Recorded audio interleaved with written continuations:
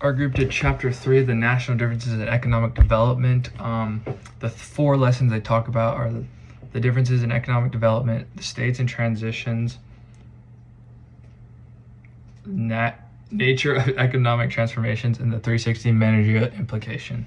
The first lesson talks about the gross domestic product and the purchasing power parity. The gross domestic product is the stockyard of the economic goods that come in and out of the country, and making sure that those that come in are good and they don't have to be sent back.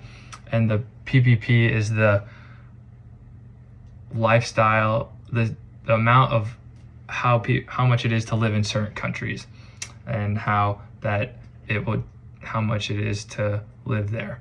The second one is the state and transition. It's the scoring of where each country stands, as in like how good it is to live there and how good is it not to live where. And like Australia and Switzerland are at the highest as like, or the lowest, which is the best, which is like 1s through 10s.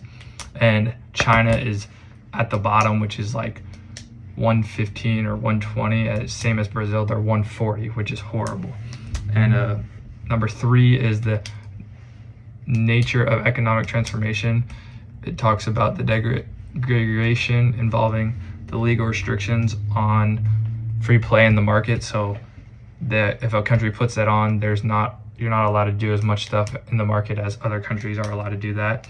And it also talks about privatism, which makes a country super private. The 4th lesson talks about the 360 view of managerial implications. It talks about the benefit, cost, and risk, about the overall attractions of everything. Thank you.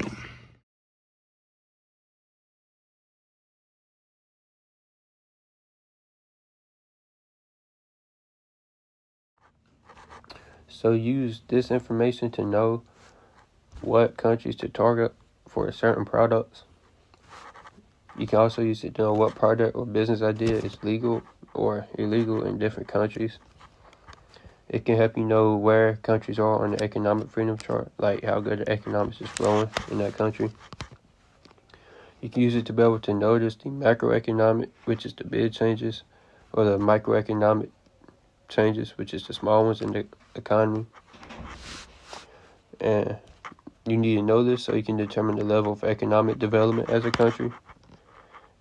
And so you can also tell what countries use market-based system or if they're a transition economy.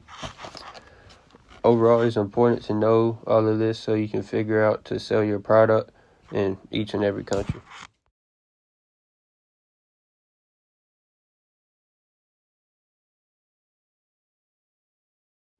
I am doing chapter 3, question 4. Dutch and British colonial occupations laid the groundwork for structural inequalities, which were later entrenched by the apartheid rule. The apartheid rule was abolished in 1992. Systematic income inequality, poverty, and unemployment, especially among Black South Africans, remain. Political leadership has a material effect on economic performance, with Thabo Mbeki pro-market policies and fiscal restraint yield robust growth around 5% per year in the early 2000s. Jacob Zuma's presidency was tainted by the academic corruption and poor fiscal management, accumulating public debt and weakening growth. Leadership, stability, and integrity are necessary for sustained economic progress. The population and workforce, as well as production, have been severely affected by AIDS epidemic, with 20% of population having HIV. Poor public health policies and misguided leadership exacerbate the crisis, highlighting the importance of evidence-based policymaking.